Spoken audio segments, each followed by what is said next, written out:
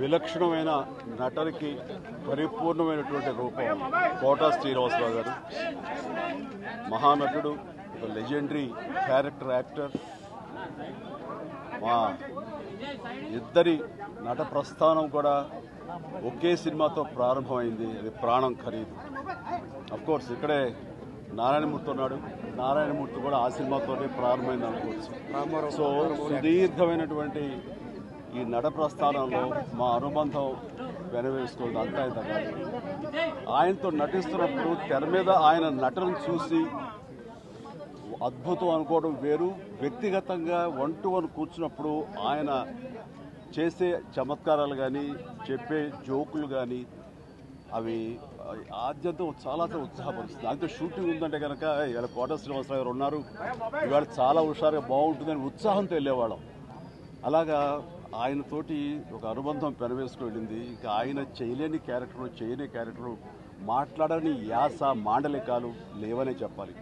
అంతగా పరిపూర్ణమైనటువంటి నటన. నాటక రంగం నుంచి వచ్చి సినిమా రంగంలో తనకంటూ ప్రత్యేకమైన స్థానం ఏర్పరచినటువంటి గొప్ప నటుడు. ఆయనతోటి నాకు ఎన్నో సినిమాల అనుబంధం ఉంది. ప్రతి సినిమా ఒక్కొక్క అద్భుతమైనటువంటి నాకు ప్రత్యేకం. అండ్ అలాంటి మా కోట శ్రీనివాసరావు గారు ఈ రోజున లేరు అనుకోవటం అనేది నిజంగా చాలా తీరని లోటు.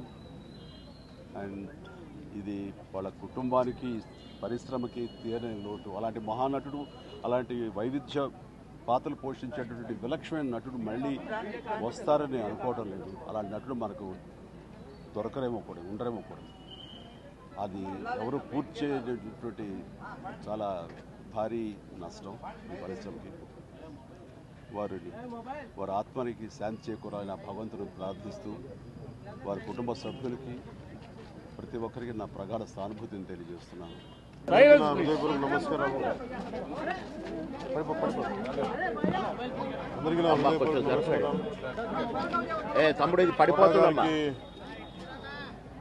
మరణం చాలా బాధ కలిగించింది.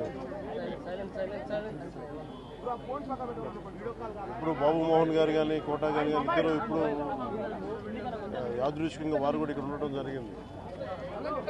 అందరికీ కూడా ఒక కుటుంబ సభ్యుడు, నాకు ఇష్టమైన వ్యక్తి, ఏదైనా అభిప్రాయం చెప్పాలంటే నిర్మోహమాటంగా చెప్పగలిగే వ్యక్తి. ఆయన్ని చిత్ర పరిశ్రమ కోల్పోవడం చాలా లోటు, చాలా వెలితి ఉంది. ఇది లాస్ట్ మేము అథారిటీ దారేది యాక్ట్ చేసేటప్పుడు కూడా ఆయన నాకు ప్రత్యేకించి ఒకటే చెప్పారు, మీరు ఇబ్బంది పడుతున్నారంటే నేను చనిపోయే వరకు యాక్టింగ్ చేయాలనుకుంటున్నాను. అక్కడమ్మా ఇక్కడ మొట్టమొదటి సినిమా అక్కడమ్మా ఇక్కడ అబ్బాయి నుంచి అథారిటీ దారేది వరకు నాకు ఆయనతో మంచి అనుబంధం ఉంది. ఇప్పుడు 10 మంది బాగును ఆకాంక్షించేవాళ్ళు. ఆయన ప్రత్యేకించి నేను అడిగాను, మీరు ఇంత ఈ వయసులో ఇబ్బంది పడలేదు. లేదు, నా కష్టాలను అధిగమించడానికి నాకు నటనే నాకు మరుపుది. నాకు చాలా ఇదిగా చెప్పారు, నాకు బాగా కదిలించేసింది. నాకు అలాంటి వ్యక్తి ఎంతమంది పరిణితి చెందిన నటులు ఉన్నా కానీ ఆయన విశిష్టమైన శైలి, గొప్ప నటులు. ముఖ్యంగా బాబు మోహన్ గారు, ఆయన కాంబినేషన్ మటుకు మేమందరం విపరీతంగా ఎంజాయ్ చేసేవాళ్ళం. అలాంటి వ్యక్తి ఈ రోజున మేము కోల్పోవడం నిజంగా చాలా బాధ కలిగించింది. మనస్ఫూర్తిగా వారి కుటుంబ సభ్యులకి మనస్ఫూర్తిగా నా సానుభూతిని తెలియజేస్తూ, వారి ఆత్మకి శాంతి చేకూరాలని మనస్ఫూర్తిగా ఆకాంక్షిస్తూ, మనస్ఫూర్తిగా ప్రార్థిస్తున్నాను. 2 సార్లు కలవాలని చూస్తున్నాను. కోట గారు అంటే శ్రీ రంగారావు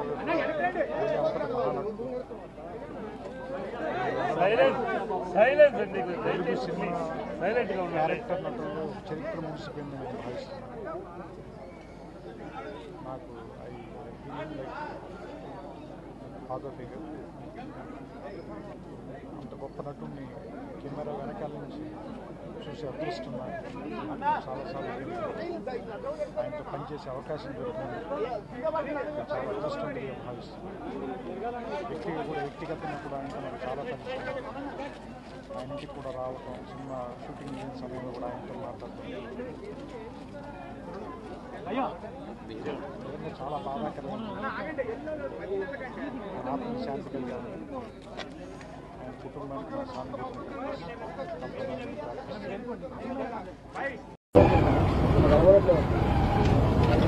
ఆయన ఒక మహానటుడు అని ప్రత్యేకంగా చెప్పాల్సిన పని లేదు. ఒక దశకంలో నేను, కోట శ్రీనివాసరావు, బాబు మోహన్ మేము ముగ్గురం ప్రతి సినిమాలో ఉండేవాళ్ళం. రోజుకు 18-20 గంటలు పనిచేసేవాళ్ళం. ప్రతి లాస్ట్ 40 years 4 decades-గా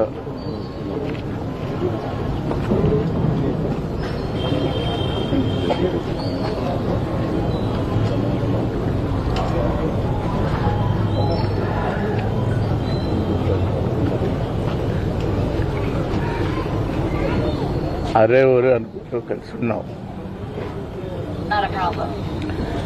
వాళ్ళ కోట లేడు అంటే నమ్మలేకపోతున్నాం. నటన ఉన్నంత కాలం కోట ఉంటాడు. వాడొక నటరాజపోతుంది, మహానుభావుడు. ఏ విషయాన్నైనా నిర్మోహాటంగా మాట్లాడే వ్యక్తి. అటువంటి వ్యక్తిని కోల్పోవడం భారతదేశానికే, నటనా లోకానికే తీరని లోటు.